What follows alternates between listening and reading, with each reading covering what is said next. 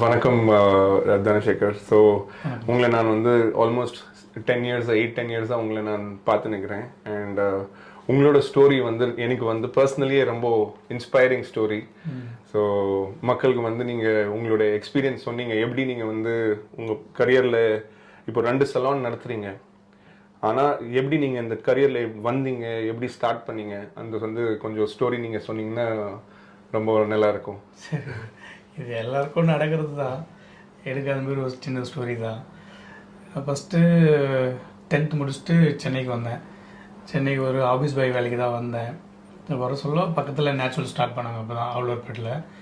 So அதுக்கு முன்னாடி driving பண்ணிட்டு இருந்தேன். ஸோ இப்போ அங்கே வேக்கன்சி இருக்க சொல்ல நான் டிரைவிங் வேலட் பார்க்கிங் ஜாயின் பண்ணேன். ஸோ 2004 ஐ திங்க் ஜாயின் பண்ணிவிட்டு அப்படியே ஒரு டூ இயர்ஸ் அப்படியே போச்சு. சரி, எனக்கு டிரைவிங்லேயே நமக்கு இருந்தால் செட் ஆகாது, ஸோ நெக்ஸ்ட்டு ஸ்டெப் வைக்கணும்னு சொல்லிட்டு சரின்ட்டு என் ஃப்ரெண்ட்ஸ்லாம் மேலே இருந்தாங்க, ஹேர் கட்டுலாம் பண்ணிட்டு இருந்தாங்க. ஸோ அவங்கள பார்த்தோன்னே நம்மளும் அவங்கள மாதிரி கட் பண்ணணும் அப்படின்ட்டு எனக்குள்ளே ஒரு இது வந்துருச்சு. சரி, அதுக்கப்புறமா கிளாஸ் ஜாயின் பண்ணேன். அப்போவே நான் அந்த காசுலாம் சேர்த்து வச்சு அப்போவே 2005 ஒரு 60,000 பே பண்ணி கற்றுக்கினேன். லேடிஸ் மட்டும் தான் கற்றுக்கினேன், ஜென்ட்ஸ் தெரியாது. ஸோ அதனால் ஜென்ஸை கற்றுக்கினா தான் உங்களுக்கு வேலை அப்படின்ற மாதிரி அந்த டைமில் அப்படி இருந்தது. சரி, அதுக்கப்புறம் நான் ஜென்ஸ்க்கு சலூனில் போயிட்டு ஜென்ஸ் லேர்ன் பண்ணி அப்புறமா வீணா மேம் தான் என்னை அடையாரில் போட்டாங்க. ஸோ அடையார்லேருந்து அப்படியே கொஞ்சம் கொஞ்சமாக பிக்கப் ஆகிட்டு அங்கே ஒரு 5 இயர்ஸாக அப்படியே ரன் பண்ணிட்டு இருந்தோம். நிறைய கிளைண்ட்ஸு எனக்கு ஏற்ற மாதிரி அவங்கள பிடிச்சிட்டேன் நான் அதுக்கேற்ற மாதிரி. ஸோ அதுக்கப்புறமா சரி, நெக்ஸ்ட் ஸ்டெப்பு 5 வருஷம் ஆகிடுச்சு, ரொம்ப லாங் ஆகிடுச்சுன்ட்டு நெக்ஸ்ட் ஸ்டெப்பு கேட்டேன் மேமே. சாரை போய் தான் கேட்டேன். சார் போய் கேட்க சொல்ல போயிட்டு வாப்பா அப்படின்னாரு. அது சரிங்க சார், நான் போயிட்டு 2 மாதம் கழிச்சு வரேன்ட்டு திரும்ப 2 மாதம் கழிச்சு போனேன். போயிட்டு சார் இந்த மாதிரி பண்ணணும் அப்படின்ட்டு சொல்ல சரி ஓகே, இந்த மாதிரி ஒரு சலூன் இருக்குது பண்ணு அப்படின்னாங்க. பண்ண சொல்ல அசன்டேஸ் கொடுத்தாங்க எனக்கு. ஸோ அசன்டேஸ் அது ஐடி பார்க் உள்ளோ, ரொம்ப ரிஸ்க் தான் அது கொஞ்சம். இருந்தாலும் சரி, நம்ம கிளைண்ட் அடையாள இருக்காங்க, சரி ஓகே பண்ணலான்ட்டு ஓகே சார்ன்னு சொல்லிட்டேன். ஓகே சார் சொல்லிவிட்டு சார் தான் அப்பவும் சப்போர்ட் பண்ணாங்க எனக்கு. என்கிட்ட 10 lakhs வாங்கினேன் நான் அதை. அப்போனா ஒரு 2 lakhs தான் என்கிட்ட இருந்தது. நான் இன்னொரு பார்ட்னர் சேர்ந்து 4 lakhs கொடுத்து மீதி பேலன்ஸை சார் மந்த்லி கட்டுங்க அப்படின்னு சொல்லி, அவர் சப்போர்ட் இல்லாமல் ஒன்றும் பண்ணிக்க முடியாது என்னால். அதனால தான் நான் இங்கேயே நேச்சுரல்ஸே இருந்துட்டேன். ஸோ இந்த மாதிரி மந்த்லி 50,000 ரூபா கட்டி ஸோ அதை க்ளோஸ் பண்ணிட்டோம். அதுக்கப்புறம் அப்படியே போயிட்டு இந்த ரன் ஆகி சார் நெக்ஸ்ட் ஸ்டெப்பு எடுக்கணும்ன்ட்டு நெக்ஸ்ட் இப்போ கந்தன்சாவடி இப்போ காலியாக இருந்தது ஒரு அதால். ஸோ அதை சார்கிட்ட போயிட்டு நானே பார்த்தேன், இடத்தெல்லாம் நானே பார்த்துட்டு ஸோ உடனே மேம் சார்கிட்ட சொன்னேன். சரி ஓகே பண்ணுங்க அப்படின்னாங்க. சரி, உடனே லோன்லாம் அரேஞ்ச் பண்ணி செகண்ட் சலூன் போட்டோம். நெக்ஸ்ட் சலூன்னு பெருங்குடி. அப்பவும் sir support. Kandanchavadi second saloon பண்ண சொல்லுவோம், என்கிட்ட ஃபேன்சைசி ஃபீஸ் வாங்கலை, எதுவுமே வாங்கலை, ஃப்ரீயாக தான் பண்ணி கொடுத்தாங்க சார். 3rd சலூன் போட சொல்லுவோம், என்கிட்ட எதுவுமே ஃபேன்சைசி ஃபீஸ் எதுவுமே வாங்கலை. ஸோ அவர் இல்லாமல் என்னால் ஒன்றும் பண்ணியிருக்க முடியாது. அது இல்லாமல் பிராண்டு நிறைய எக்கச்சக்கம் பிராண்டு வந்துடுச்சு. சேஃபான பிராண்ட் எதுன்னா நேச்சுரல்ஸ் தான் என்னை பொறுத்த வரைக்கும். மற்றவங்களுக்கு எப்படின்னு தெரில, என்ன வரைக்கும் நான் சேஃப்னா எனக்கு நேச்சுரல்ஸ் மட்டும்தான். இது எல்லாத்துலேயும் கஷ்டம் இருக்க தான் செய்யும், இது இப்போ அதெல்லாம் பார்த்துட்டு இருந்தோம்னா செட் ஆகாது. ஸோ அதனால் நான் நேச்சுரல்ஸ் தான் ரன் பண்ணிட்டு இருக்கேன் இது வரைக்கும்.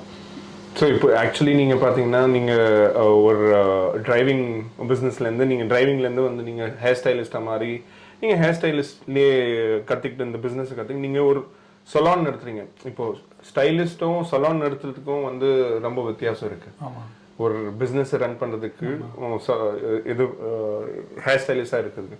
நீங்கள் ஆக்சுவலி யோசிச்சிருந்தா நீங்கள் உங்கள் ஓன் சலான் கூட போட்டிருக்கலாம். ஆமாம், கண்டிப்பாக. நீங்கள் ஒரு உங்கள் பட்ஜெட்டில் நீங்கள் எப்படி வேணும்னா நீங்கள் வந்து நிறைய பேர் அந்த மாதிரி இண்டிவிஜுவல்ஸ் பண்ணிட்டு இருக்காங்க. ஆனால் உங்களுக்கு பொறுத்த வரைக்கும் ஒரு பிராண்ட் ஃப்ரான்ச்சைசி எடுக்கிறது பெட்டரா, வந்து ஒரு தானாவே பிஸ்னஸ் ஸ்டார்ட் பண்ணுறது பெட்டரா உங்களோட ஒப்பீனியன்? என்னை பொறுத்த வரைக்கும் ஃப்ரான்ச்சைஸ்னா சேஃப், அதுவும் நேச்சுரல்ஸ்னால் இன்னும் சேஃபு. அதுக்காக தான் நான் நேச்சுரல்ஸ்லாம் போகிறதே இல்லை. எவ்வளோ ஆப்பர்ச்சுனிட்டி வந்திருக்கு எல்லாத்துலேயும். சரி, அதெல்லாம் நமக்கு வேணாம், நம்ம இதில் சார் கூடவே இருப்போம், அப்படியே போயிட்டே இருப்போம்னா நான் நேச்சுரல் சூஸ் பண்ணிட்டு அப்படியே ரன் ஆகிட்டு போயிட்டுருக்கேன். ஸோ இப்போ நீங்கள் வந்து ஒரு ஹேர் ட்ரெஸ்ஸரானா உங்களுக்கு வந்து ஸ்கில் இருக்குது, அந்த ஸ்கில் கற்றுக்கினால தான் உங்ககிட்ட உங்களோட கஸ்டமர்ஸ் இருக்காங்க, உங்களுக்கு வந்து விரும்பி உங்களுக்கு ஆங்கன்ட்டு வராங்க அவங்க. ஆமாம் ஆமாம்.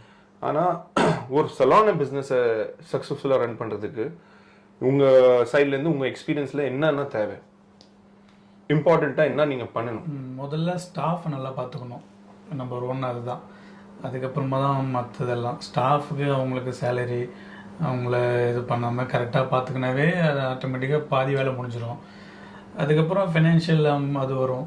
அது ஒய்ஃப் இருக்காங்க, அவர்களுக்கு அவங்க மேனேஜ் பண்ணி கொடுத்துருவாங்க. எதாவது ரொம்ப அர்ஜென்ட் வேணும், எதாவது அரேஞ்ச் பண்ணோன்னா அவங்க அரேஞ்ச் பண்ணி கொடுப்பாங்க.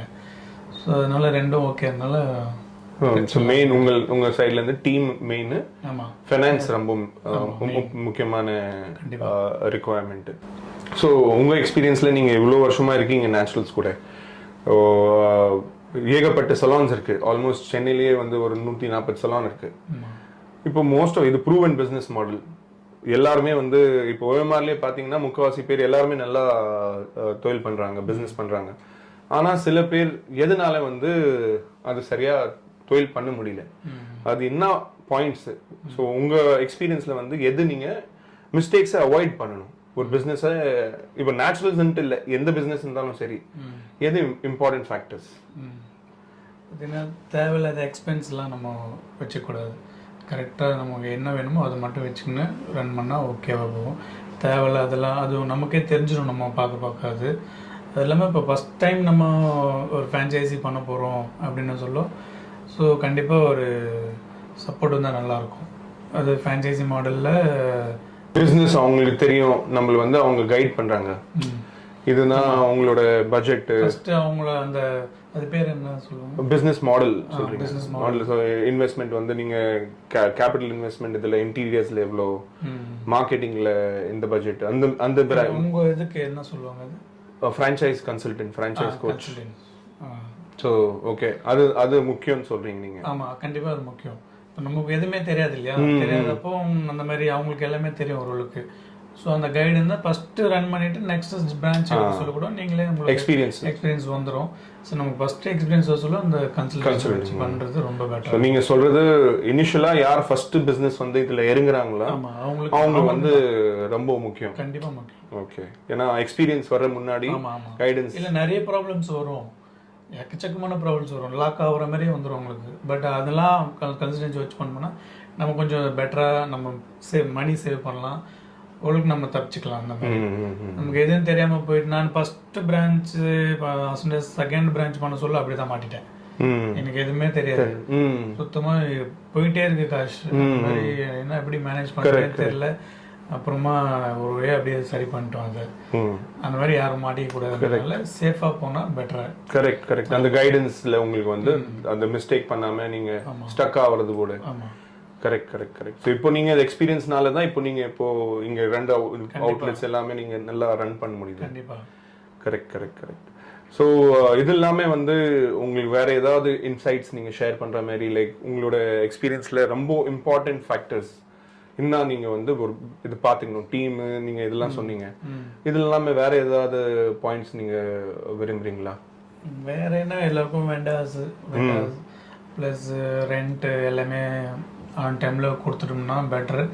பட் ஒரு டைம் ஒரு மந்த் ஸ்ட்ரகிள் ஆகும், அதெல்லாம் மேனேஜ் பண்ணிக்கலாம். கரெக்ட். ஸோ ஃபினான்ஷியல் பிளானிங்கில் எல்லா மந்த்லேயும் வந்து நீங்கள் ப்ராஃபிட்ஸ் வர்றது வந்து நீங்கள் வந்து ஒரு விட்ராவல் வேரி வச்சுக்கணுமா, சேலரி மாதிரி எடுக்கணுமா, ஸோ தட் உங்களுக்கு வந்து பிஸ்னஸ் ஸ்ட்ரகிள் ஆகும்போது அந்த ஃபண்ட் உங்களுக்கு வந்து ஹெல்ப் பண்ணும். கண்டிப்பாக. நீங்கள் ஒரே டைமில் நீங்கள் மாதம் ப்ராஃபிட் எடுத்துகிட்டு இருந்தீங்கன்னா உங்களுக்கு வந்து திருப்பி பிஸ்னஸில் தேவை இருக்கும்போது உங்களுக்கு வந்து எதுவும் ஆகாது. ஸோ நம்ம கொஞ்சம் கொஞ்சமாக அதுக்கான ஒரு மந்த்லி ஒரு 10,000 மாதிரி நம்ம ஒதுக்கி வச்சிட்டாவே நம்ம அது இன்னும் கொஞ்சம் நமக்கு பெட்டராக இருக்கும், மார்க்கெட்டிங் யூஸ் ஆகும் அது. ஸோ இதுதான் ஆக்சுவலி உங்களோட எக்ஸ்பீரியன்ஸும் இது ரொம்ப வேல்யூபுளாக இருந்தது. நீங்கள் ஜேர்னி எப்படி நீங்கள் ஸ்டார்ட் பண்ணீங்க, இப்போ நீங்கள் எப்படி 3 சலான் ரன் பண்ணுறீங்க. ரொம்ப தேங்க்ஸ் தனசேகர். தேங்க்யூ.